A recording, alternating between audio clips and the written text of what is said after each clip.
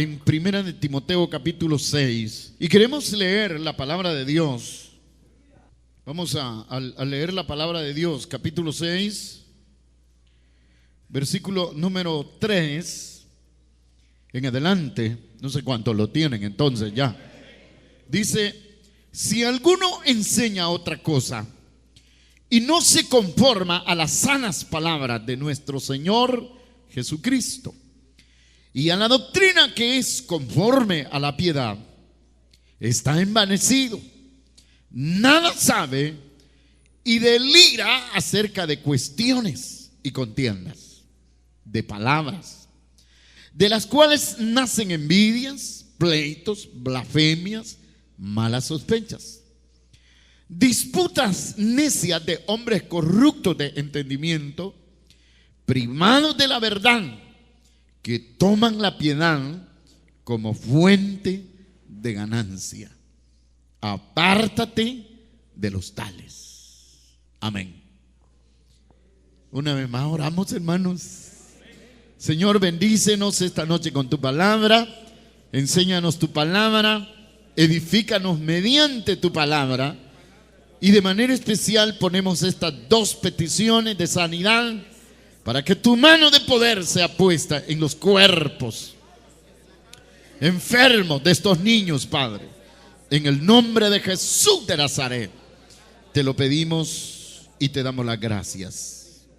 Amén. Pueden tomar su asiento, hermanos.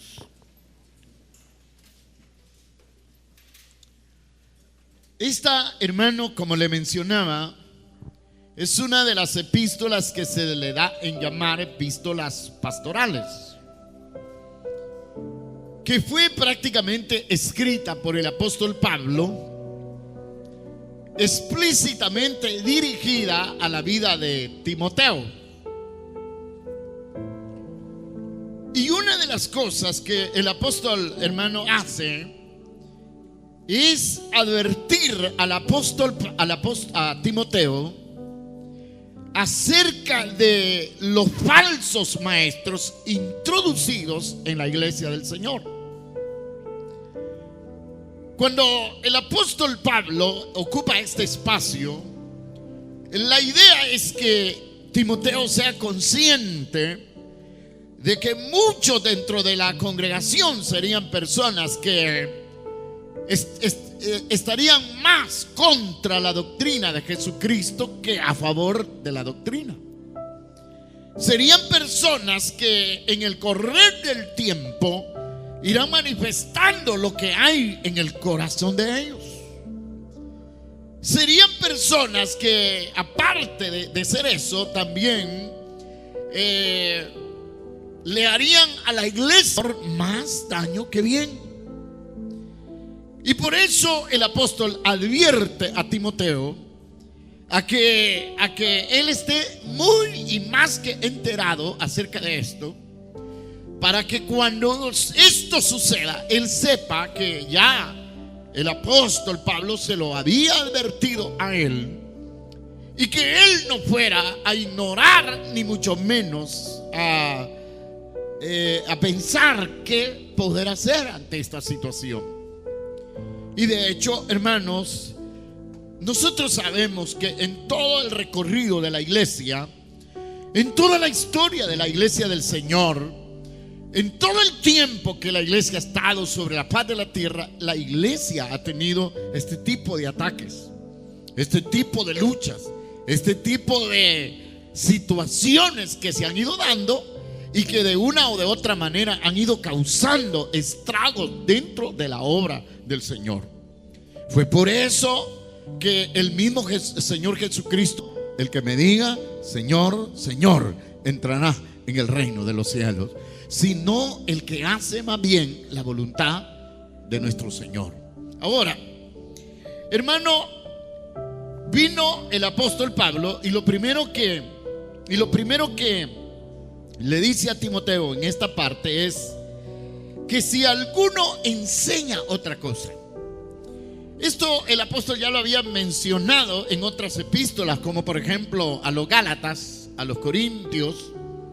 Pero aquí lo hace de una manera bien personal con Timoteo y le dice: si alguno enseñare otra cosa. Esa es una evidencia de los falsos maestros introducidos en la iglesia del Señor, que no se conformarán a las palabras escritas en las santas escrituras, ni mucho menos se atendrán a las palabras de nuestro Señor Jesucristo, sino más bien ellos estarán como añadiendo o inventando cualquier otra cosa que no sea la doctrina y la palabra de Dios. Ahora, hermano, una cosa que, ¿cómo nosotros comprobaremos que la enseñanza de la palabra de Dios es de Dios? Es una cosa bien interesante. ¿Cómo vamos a garantizar, o más bien cuál sería la evidencia de que lo que se está enseñando es una enseñanza plenamente de Dios? Bueno, la Biblia dice la palabra del Señor, que la doctrina de nuestro Señor Jesucristo, una de las cosas es que conduce a la piedad. Fíjese lo que hace: conduce a la piedad, a la santidad.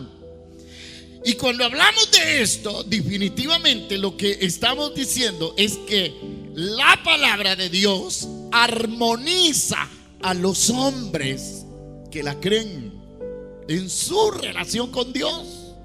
En vez de estar contra Dios y contra su palabra, ellos están en amplia relación con Dios, y esto los llevará a vivir vidas temerosas de Dios y vidas santas. Amén. Hermano, ¿por qué? ¿Por qué eso? Bueno, porque la palabra de Dios no solo son palabras literales. La palabra de Dios no solamente son argumentos escritos. La Biblia dice en la escritora a los Hebreos que la palabra de Dios es viva, eficaz, penetrante y más cortante que toda espada de doble filo. Es más que palabra, es poder que cambia internamente la vida de los hombres y hace conducir a los hombres por un camino que agrada al Dios de los cielos. Y esto, hermano, es una evidencia. Esa es una evidencia. Ahora, imagínense, hermano, que lo que se está escuchando en un púlpito no lo conduzca a la piedad, no le señale su relación con Dios. Definitivamente no es palabra de Dios. Aparte, hermano, de que ya vamos a mencionar una cantidad de cosas que suceden en estos versículos que hemos mencionado o que hemos leído esta noche. Por ejemplo, hermano, si este tipo de personas está en la iglesia, y fíjese que hoy meditaba en algo, y es de que muchas veces uno ha orado por personas en la iglesia, quizás en alguna medida ha buscado alguna forma de cómo relacionarse y darse a entender con este tipo de personas, pero siempre como que se pierde las buenas intenciones y las buenas relaciones y los buenos tratos, como que todo eso se echa a perder. Y la pregunta sería: ¿y por qué? ¿Acaso no son hermanos? ¿Acaso estos individuos tampoco son cristianos? Ese es el problema, hermano, que como uno lo ve a todos como hermanos, y uno no está juzgando a nadie, uno no está señalando a nadie, entonces uno los ve a todos como hermanos. Pero el problema es que a lo mejor estos no son nada que ver como hermanos. No tienen nada que ver ni con Dios, ni con la palabra, ni con el pueblo de Dios, sino que al contrario, lo que va a suceder es una serie de situaciones que, en la medida que ellos, hermano, se les permita, van a ir manifestando lo que hay en el corazón de ellos. Así que esa es una evidencia bien clara de la palabra de Dios, de cómo uno puede detectar quién es un falso maestro de las escrituras. Vamos a ir mencionando algunas cosas En el versículo 4, por ejemplo, ¿cuáles son las consecuencias de las enseñanzas de los falsos maestros? O sea, ¿a qué conduce? Porque si la doctrina que es conforme a la piedad nos lleva a tener una relación con Dios, nos pone en armonía con Dios, nos hace un llamado a la santidad. La santidad es una conducta de vida que agrada a Dios. Pues la doctrina o las enseñanzas de los falsos maestros es todo lo contrario. Entonces, ¿cuáles serán las evidencias? En primer lugar, el versículo 4 menciona algunas de ellas y dice que si alguien está enseñando algo contrario que no se ajusta a la sana doctrina, lo primero que está sucediendo en esta persona es que está envanecido. No sé si leyeron la parte del verso 4. Está envanecido. ¿Qué es envanecimiento? Envanecimiento es arrogancia. Y arrogancia es sinónimo de orgullo. Y es una persona que, hermano,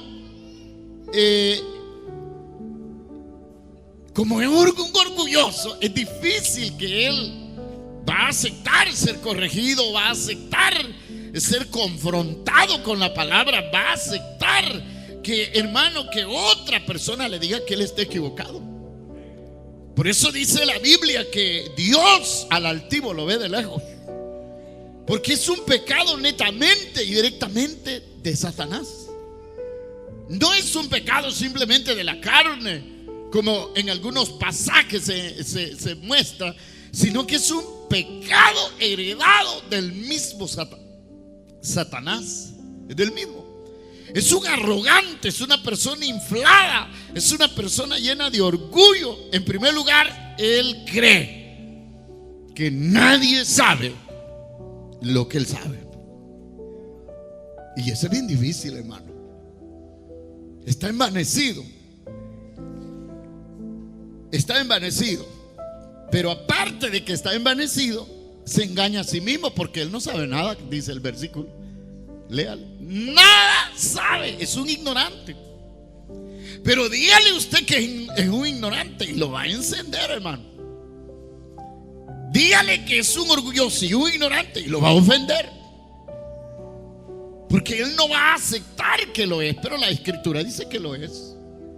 Él no va a reconocer y admitir que es una persona llena de orgullo y que es un ignorante. Es un ignorante. Aquí dice que no sabe nada. Podría ser, hermano, que ha sido una persona que a lo mejor lo que sabe él lo ha acumulado a la manera de él, o quizás otro se lo ha dicho, o lo ha aprendido en algún lugar, o lo ha leído de algún otro libro, o él lo ha interpretado a la manera de él. Pero eso es lo que él cree que sabe, y su orgullo no le permite admitir ni aceptar que él es un ignorante. Entonces esa es otra evidencia. Pero aparte de eso, una tercera característica o consecuencia es que es una enferma, porque dice la Biblia delira. Y esta enfermedad de delirar es una enfermedad más que todo de carácter psicológico. Delirar es, hermano, sinónimo de locura. El problema aquí es que es una locura, pero una locura, súper locura.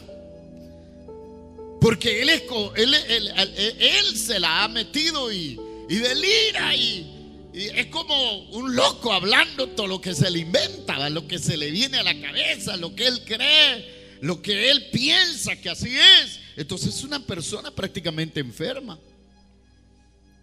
Es enferma. Y luego dice la misma Escritura, delira acerca de cuestiones. Fíjese que una de las características que tiene el Evangelio, hermano, es que el Evangelio es sencillo.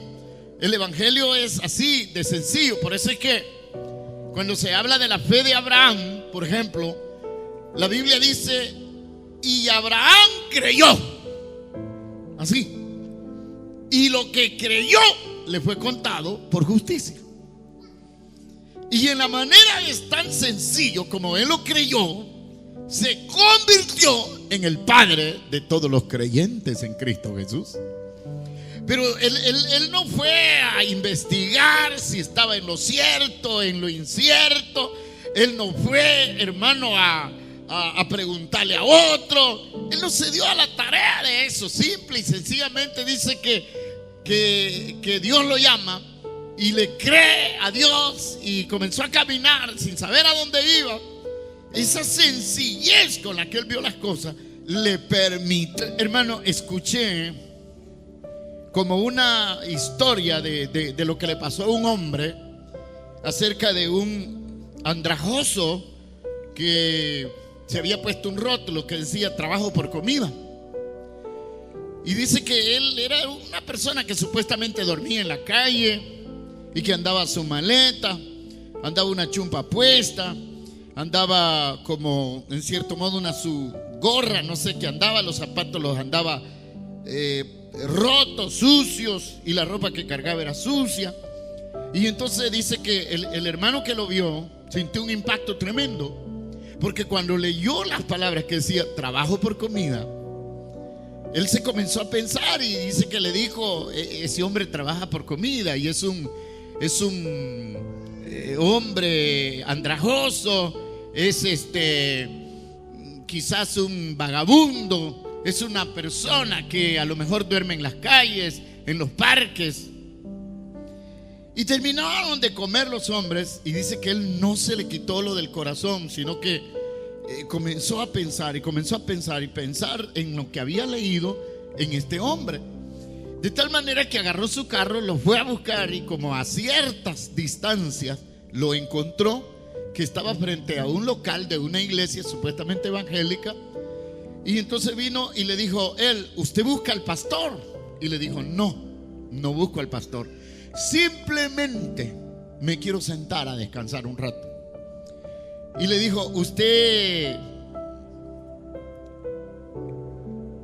quisiera que yo lo invitara a comer? Y dice que el hombre se le queda viendo y le dijo, ¿hay algo que pueda hacer yo para ganarme la comida? Y dice que le dijo, no, yo lo quiero invitar, simplemente lo quiero invitar. Y dice que se quedó viendo y se quedó pensando y le dijo, está bien. Y aquel hombre andrajoso, ya se puede imaginar, con un ejecutivo, un cristiano, un hombre que es supuestamente un ministro de Dios, con un traje, con una corbata, con los zapatos lustrados, tuvo que ir a un restaurante, sentarse con el andrajoso, pedir comida, comer ahí con él y comenzar a platicar. Pero dice que en la medida que fueron conversando, aquel hombre le confesó su fe en Cristo. Y cuando le abrió la maleta le dijo, mira lo que cargo, trabajo por comida y del dinero que me sobra compro Biblias y voy repartiendo Biblias por todos los lugares. Cuando lo vio dice que se despidieron así y le dijo, si alguna vez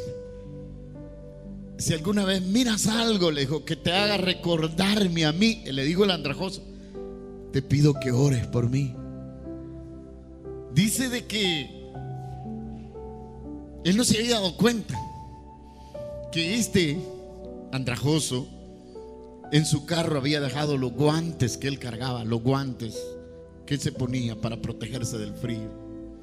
Aquel hombre agarró aquellos guantes y los puso en su escritorio, y cada vez que lo veía le conmovía su corazón y oraba por el andrajoso, porque él en su manera de ser era un cristiano y a la vez era un evangelista que evangelizaba regalando Biblias.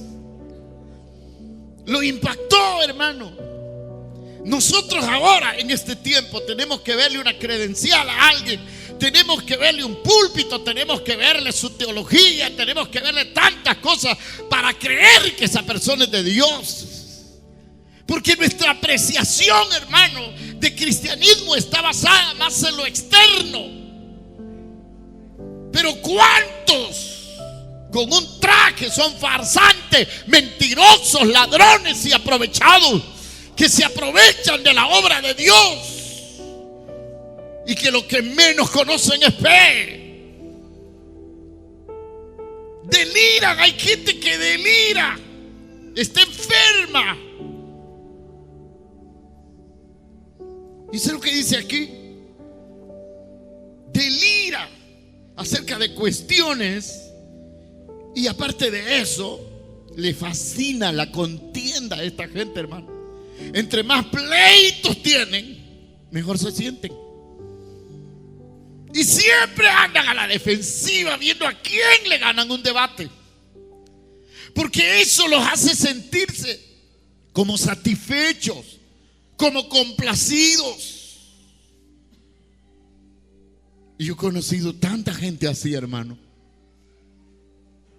Me recuerdo que en la iglesia de Cajutra se murió un hombre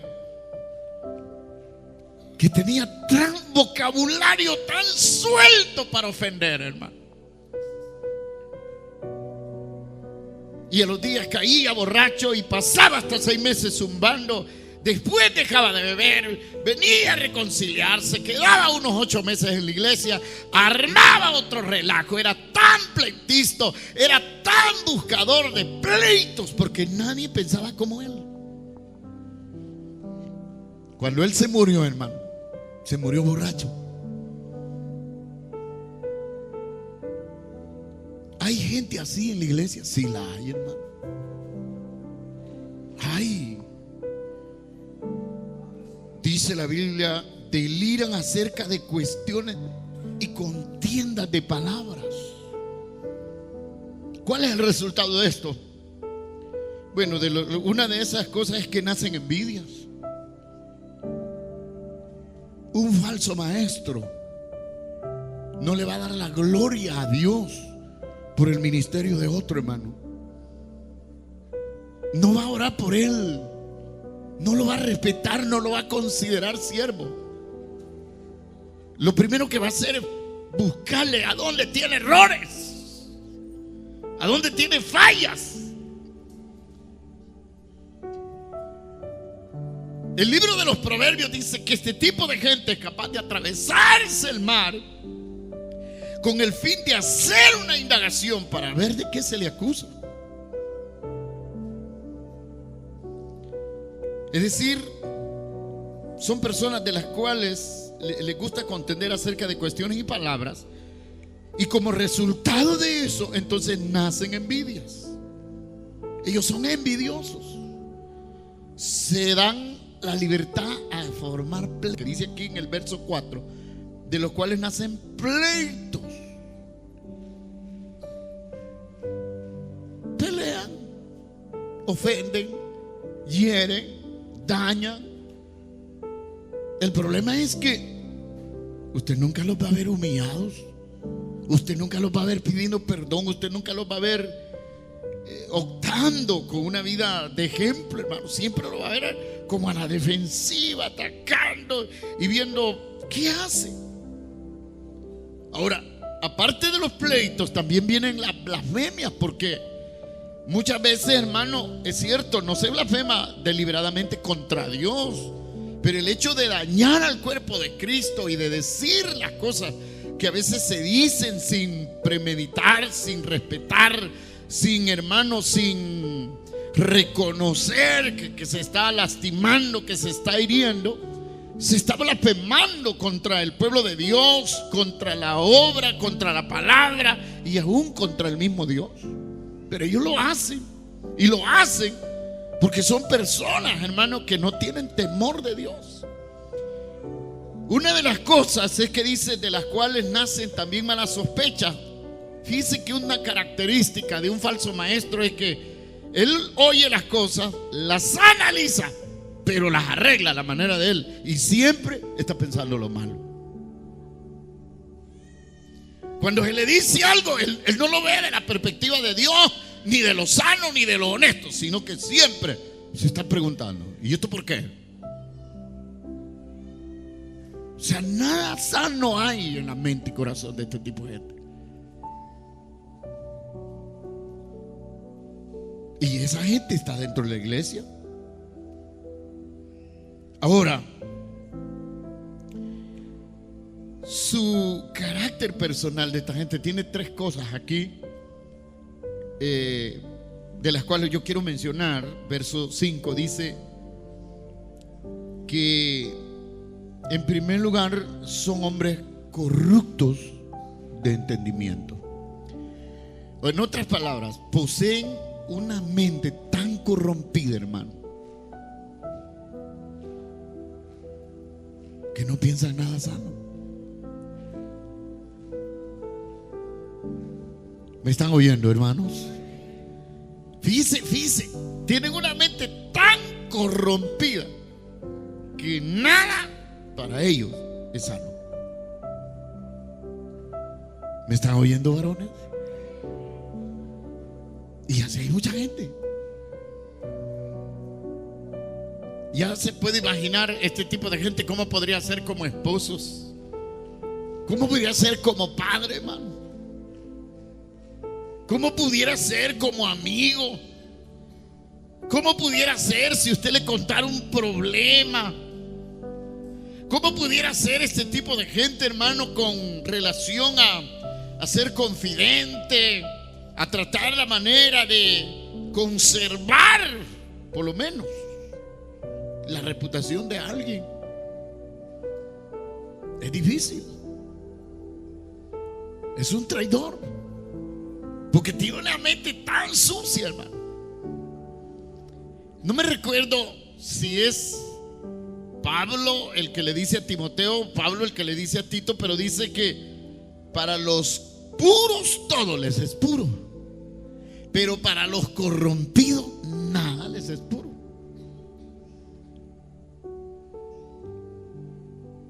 Y eso es lo que ha traído fricciones al pueblo de Dios.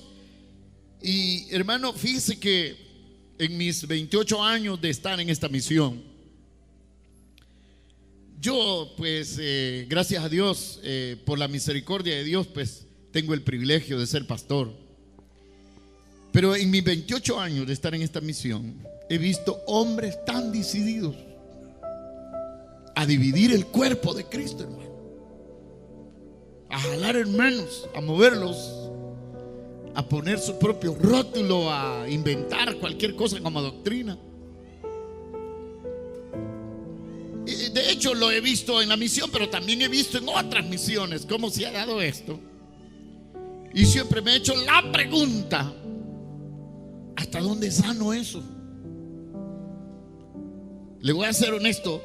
Si somos administradores del cuerpo de Cristo, que es la iglesia, yo no soy dueño de la iglesia, sino que el dueño de la iglesia es Cristo Jesús, el Señor, porque Él la compró en la cruz del Calvario, ¿me entiende?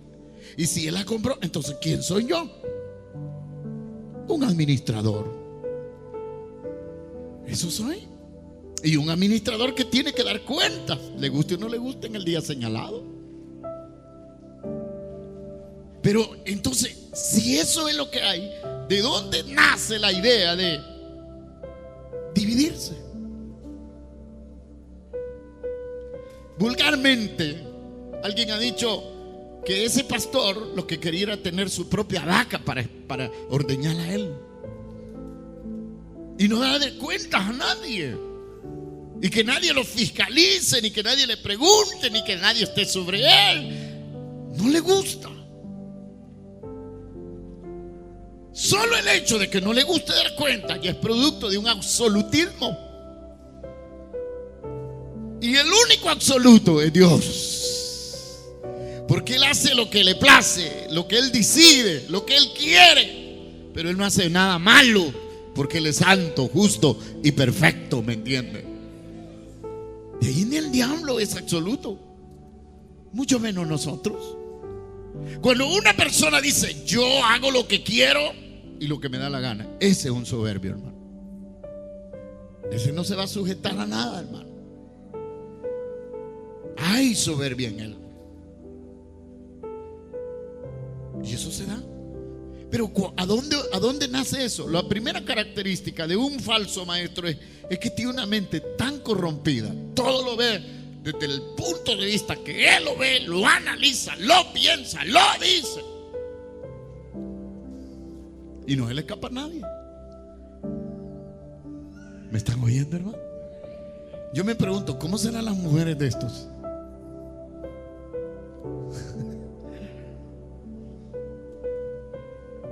¿Qué se le atravesará por la cabeza y dirá: no me habrá engañado mi mujer algún día?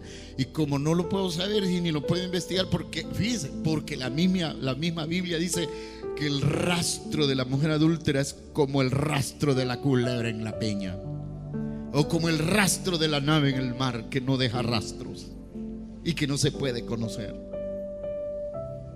Son hasta bíblicos.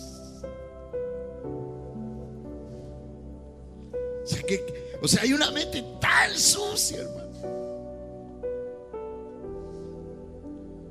Y fíjese, una característica de un falso maestro, que aparte de que tiene eso, él quiere ver santidad y quiere ver a la gente intachable, y él quiere ver un perfil en los demás que no se pandee para ningún lado, porque el día que eso pase, lo acusa, lo señala y lo condena, hermano.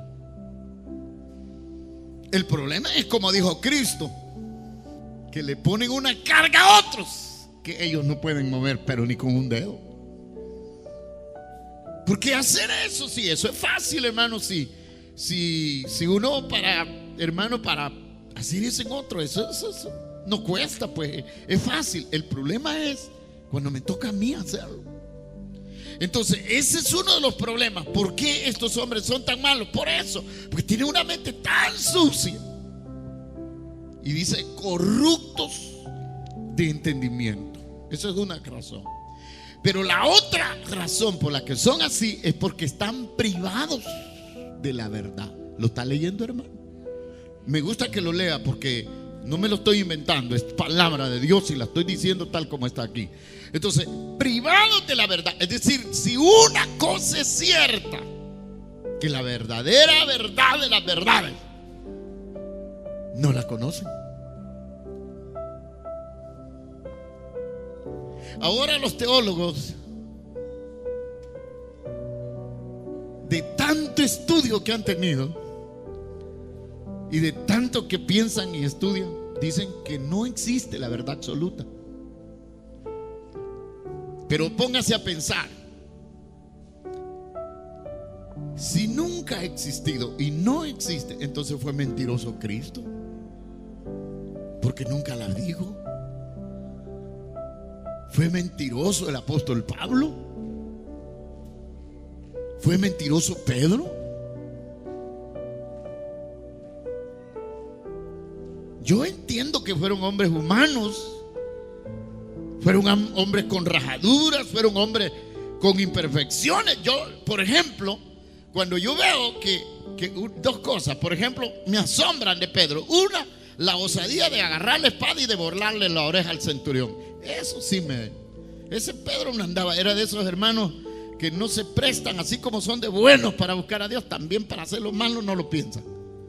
Esa es una característica que yo hermano, veía yo en el apóstol Pedro. Pero otra de ellas es que, a saber cómo era, hermano, que era cristiano, pero era tan libertino en el sentido de darse la libertad que él sentía, de tal manera que un día el Señor lo visitó en la playa donde ellos estaban pescando y le dijeron: ahí viene el maestro, y se tiró al agua porque dice que estaba desnudo. Igual que yo no sé cuántos de ustedes, ya estando juntos, imagínense, solo hombres, ¿cuántos de ustedes dicen: entre hombres no mueren hombres? Y comienzan que se quitan el pantalón y se quitan hasta los demás, y ellos andan como que son Adanes y no se sienten mal, porque saben que si ven al otro desnudarse, es lo mismo. Él es hombre, el otro es hombre, el otro es hombre, solo que uno es más gordo que el otro, y el otro ha de ser más peludo que el otro, y el otro ha de ser más grande que el otro. Pero ¿cuántas mujeres también harían lo mismo? estando en un recinto solo de mujeres. Y como dicen por ahí que entre mujeres no mueren mujeres, algunas de ustedes se desnudan al ver que otras se desnudan. Y nadie se escandaliza, nadie sale corriendo, nadie va a tragarse una toalla, nadie lo haría, porque solo mujeres hay. Eso se podría dar. Y yo lo admiro en el caso de Pedro, se dan esas dos cosas y quizás algo otras más, pero el asunto es que él tenía la libertad de hacerlo y creo que su corazón y su mente no era una mente sucia, no era una mente corrompida, no era una mente depravada, no lo era. Entonces un falso maestro tiene ese problema, pero aparte de eso está privado de la verdad. La verdadera verdad no se le ha revelado, no la disfruta, no la conoce, no la puede enseñar. Por eso, porque es un falso. Y Dios no tiene trato con los falsos. Dios trata con los que son de Él. Amén, gloria a Dios. Y eso es lo que va a hacer Dios. Y otra de las cosas es que tienen otro problema, y es que ellos toman la piedad o la vida cristiana como fuente de ganancia. Al final de todo, hermano, lo que se conoce de una persona son qué intereses le mueven. Cuando ayer estábamos en una reunión del Consejo de Ministros y la directiva legal, estábamos en una reunión y estábamos viendo un problema ahí bastante crítico, serio. Me gustó las palabras del pastor al que se le llamó, y lo que me gustó de él es su manera de defenderse, cómo lo hizo, porque no estaba siendo acusado desde ningún punto de vista teológico, sino simplemente de práctica de culto, algo así. No me recuerdo, por ahí tengo la carta. Yo lo conocí a él. Él llegó más antes que mí a la misión. Él fue diácono. Él tenía el don de profecía. Y aparte de eso era un tipo muy activo. Hasta la vez lo es. Pero una cosa que él aclaró era y dijo: una cosa sí es cierta. Ustedes, los pastores de hoy, no han dado evidencias de su verdadero llamado a la obra, porque no lo han iniciado por la fe. Ha habido eso, y yo creo que esa ha sido la peor de las situaciones que se ha dado, porque como esta misión inició así tan pobre y tan de fe, que váyase, hermano, y que el Dios que nos bendice a nosotros lo bendiga a usted. No venga a pedir, haga de caso que hay 3,000 kilómetros entre usted y nosotros y un mar en medio. Así lo decía él. Y me recuerdo que ese tipo de vida, como nunca lo habíamos vivido, ponía a prueba dos cosas. Uno, el llamado de Dios, y otro, la fe. Y con el hermano que está en Perú, que yo ya les he contado, fuimos a lugares donde predicamos y decían así: mire, hermanitos, en el nombre de Cristo, vengan a cenar, hermanos. Un guineo para mí y un guineo para él. Era la cena. ¿Es bastante eso? Digan algo. ¿Es bastante eso? No les oí, hermano, honestamente. ¿Es bastante eso? Sí, es bastante, hermano. Sí. ¿O no dice la Biblia: si de un vaso de agua? ¿Sí? Entonces, el que va a hacer la obra no debe de ir esperando si le van a dar tortillas tostadas o calientes y pollo campero, o le van a dar, porque no es por eso, hermano. Entonces el guineo lo comíamos con tanta felicidad, y que algunos quizás ni lo creen que uno inventando está. Una hermana me dijo: fíjese que de todo lo que usted predica, que dice que ha sufrido, no lo creo, me dijo.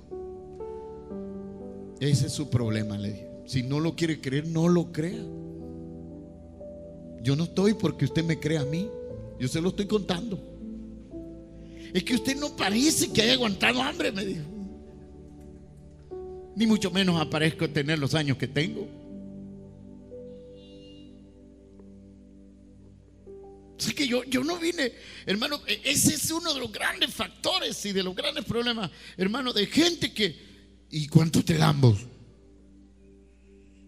¡Qué bárbaros! A sueldo de hambre te tienen. Y así comentarios de esa índole hay aquí en El Salvador y en el mundo entero. Pero este hermano ayer les dijo: cuando nosotros salimos al ministerio, nadie nos dio ni 5. Nadie nos dio para el bus. Nadie nos dio para comer. Nadie nos dio. Y hicimos la obra con amor. Y lo dimos todo por amor. Y eso es cierto, hermano. Él ni tan siquiera trabajó en una empresa. Él desde a los 17 años ya era ayuda de la juventud. Y a los 18 años ya andaba predicando el evangelio.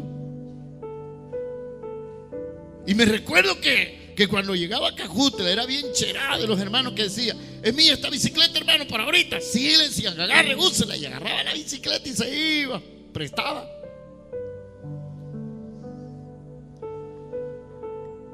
Ahora, ese tipo de falsos maestros, una evidencia es esa, que la toma como fuente de ganancia. Y qué raro sería.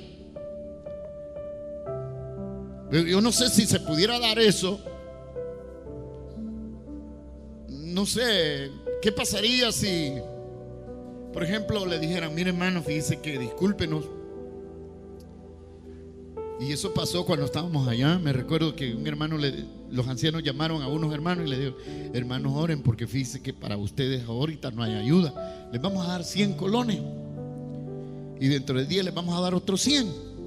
Y sigan orando para que al final de mes les podamos pagar. Agarraban los 100 y se lo echaban. El problema es que la fuente se secó, hermano, y ya no hubo nada. Y de repente ya no los vimos en la iglesia. Ya no llegaban a la iglesia. Ya no andaban en la iglesia. Uno un día me dijo: hermano, le quiero decir algo, me dijo. ¿Qué le dije?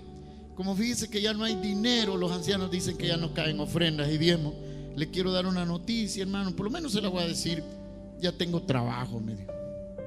Me pagan como 550 por motorista, me dijo. ¿Y cuánto tiempo tiene de estar ahí? Le digo. 3 semanas llevo, me dijo. Ya estaba trabajando. Y trabajando ando. El otro no lo entregó, pero se fue porque se enamoró de otra chica. Pero se fue. Y yo me preguntaba: ¿y el llamado de Dios?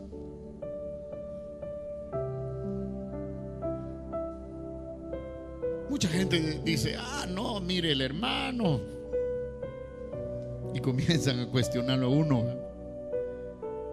Y yo no me enojo por eso, hermano. El que me quiera criticar, hágalo.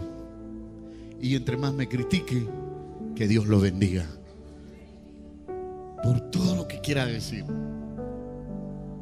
Que Dios le dé mucho más de lo que Él tiene planeado hacer. Pero ese es el problema, es el que se ha dado. Y este hermano les decía: ahora ustedes no le piden permiso a nadie. Ahora ustedes se van, ahora ustedes abandonan la iglesia, dejan a los hermanos allí puyando a los supervisores y se van para el norte a traer dólares. Mentiroso. A ustedes no les importan las almas, a ustedes les importan los dólares. Y me recuerdo que le dijo a uno: ¿te acordás cuando íbamos a Changayo? Que bajábamos la cuesta y nos atravesábamos el río y nos íbamos al otro lado, en lo oscuro, a predicar al cantón. Y ahora ya no vas a los cantones a predicar. Ahora al norte te vas, apasionado por los dólares. Y eso es cierto, hermano. Se lo digo con todo el corazón. Entonces, ahora, yo sé y entiendo que hay, hermano, tiempo para sembrar, como tiempo de cosechar y tiempo de de pagar el precio, tiempo de, bueno, tantas cosas que se dan. Y uno lo entiende, pero eso lo entiende como quien dice, después de tantos años, hermano. Así. Me recuerdo, y se lo voy a contar así, mire, me recuerdo de una vez que mi esposa iba a ir a comprar un queso al mercado de Acajutla. A pie, era un puño de cuadras que iba desde Los Laureles hasta el mercado. Y había un hombre que era tan malo, hermano. Hoy supuestamente ya no es nada, pero antes iba a la iglesia y iba a armar pleito. Ese hombre era cosa seria para pelear. Y un día, ese día era 24 de diciembre, y vio a mi esposa que iba con una canasta. Y la llamó y le dijo: ¿qué es lo que lleva ahí? Varias cosas, le dijo: llevo pollo, llevo esto, llevo aquí, llevo allá. Pero fíjese que lo que llevaba mi esposa era un encargo de una hermana. Lo único que era de ella era el queso. Y comienza a pegarle por todos lados. Le dijo: los impíos son los que celebran la Navidad y cocinan pollo y se hartan en la noche. Y mi esposa casi lloraba. Y entonces le di, yo me recuerdo que él me dijo así, va. Y ya se comió el pollo, me dijo: el que usted me llevó me harté, le dije. O va a decir que no, me dijo, si su esposa llevaba uno. Era de ella, mire, le dije. Y si quiere, pregúntele. Era tan alcanzativo, hermano, tan mal pensado. Sin embargo, a la mujer de él siempre yo le hacía favores. Y un día vino aquí a buscarme y me dijo: hermano, me mataron a mi hijo, quiero una ayuda. No sé cómo se dio cuenta que estaba aquí. Y yo venía y la vi. Era una mujer alta, elegante, hermosa, pero con él se hizo una vieja toda enmechada, con una gallina de uno y otro de otro, porque era tan malo el hombre que él andaba bien planchado y perfumado, pero su esposa parecía trapeador, hermano. No lo entiendo, cómo él podía ser un hombre que amaba a Dios si a su esposa no. Y entonces, el día que me fui, el día que me vine, me recuerdo que unos días antes le dije: no, Tito, me voy a ir cuando Dios diga que me vaya, porque el que me trajo a Acajutla es el Señor, y el que me va a sacar de aquí es el Señor. Y no me voy por ladrón ni por adúltero, me voy con la cara levantada.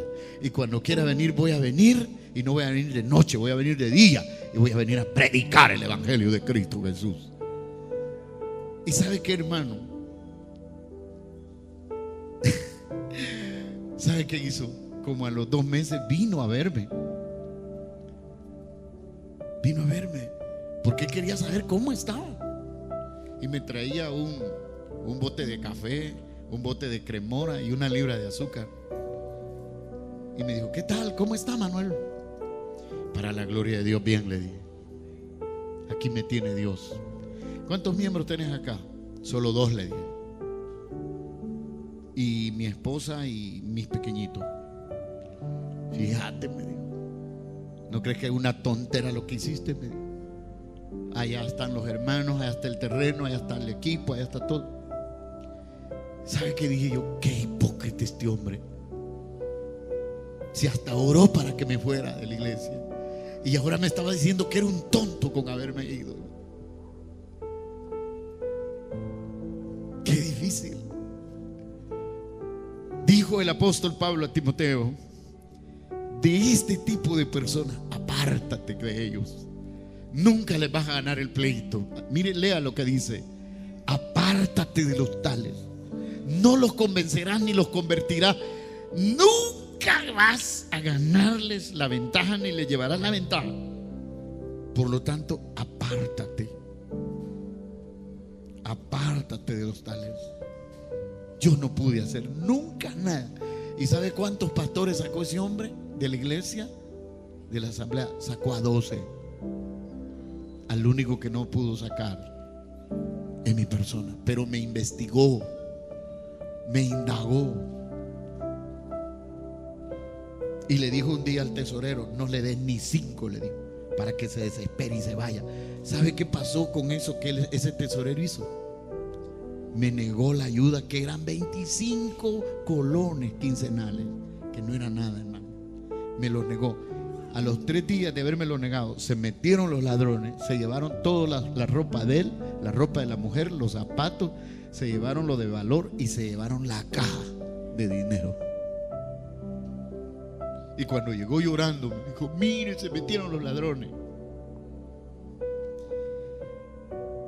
Yo no lo siento por usted, le dije. Yo siento por lo que se llevaron de la iglesia. Ore por mí, me dijo, para que los pueda pagar. No, le dije, lo que está hecho, está hecho. No se hubieran metido los ladrones, pero él le abrió la puerta a los ladrones, porque se prestó para lo malo, hermano. La obra de Dios ha sufrido.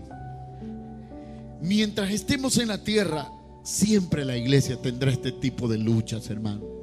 Tendrá este tipo de batalla, tendrá este tipo de situaciones. Mientras estemos o la iglesia esté en la tierra, habrán hombres así, habrán personas así. Le causarán daño al cuerpo de Cristo, lastimarán a las ovejas del Señor. Muchos serán dispersos, engañados, manipulados, manejados. Porque si el daño que estos le causaron al pasado de la iglesia no ha cambiado, hermano, el tiempo, siempre hay hombres así, siempre habrán personas así, falsos maestros, falsos enseñadores, personas contrarias a la genuina doctrina del evangelio, personas que no buscan la gloria de Cristo, sino la gloria de ellos. Ojalá abramos bien los ojos y le oremos a Dios para que guarde a la iglesia y sobre todo a los débiles. Y digo a los débiles porque mucha gente se quiebra, se lastima, se va. Hoy evangelicé a un taxista y me dice: tengo años de estar caído, me dijo, no sé por qué no me puedo levantar. Y lo peor del caso, me dice, que fue mi pastor el que me arrastró de nuevo al mundo. Y le digo: la clave está en que regrese y que ponga la mirada en Cristo Jesús, porque el que no falla es el Señor. Él es fiel y verdadero, Él es perfecto, Él es puro y Él es santo. Los hombres fallan, los seres humanos, todos, de una u otra manera le fallamos al Señor. Y la Biblia dice que el que no falla es varón perfecto. Pero no hay, porque no hay hombre perfecto. Todos somos imperfectos. Pero que Dios nos ayude para tener ojo clínico, ojo con discernimiento, y que la iglesia sea guardada en los últimos días. Hay tantas cosas, tantos males, tantos ataques, tantas situaciones teológicas, tantos movimientos, tantas cosas, hermano, que parecen puras y blancas, pero no son puras ni blancas. Vienen, como dice alguien, envueltas con la verdad, pero son nocivas y destructivas, son dañinas, y a la larga le causarán un gran daño al cuerpo de Cristo, que Cristo compró en la cruz del Calvario, que es la iglesia. Vamos a ponernos de pie esta noche y vamos a orar.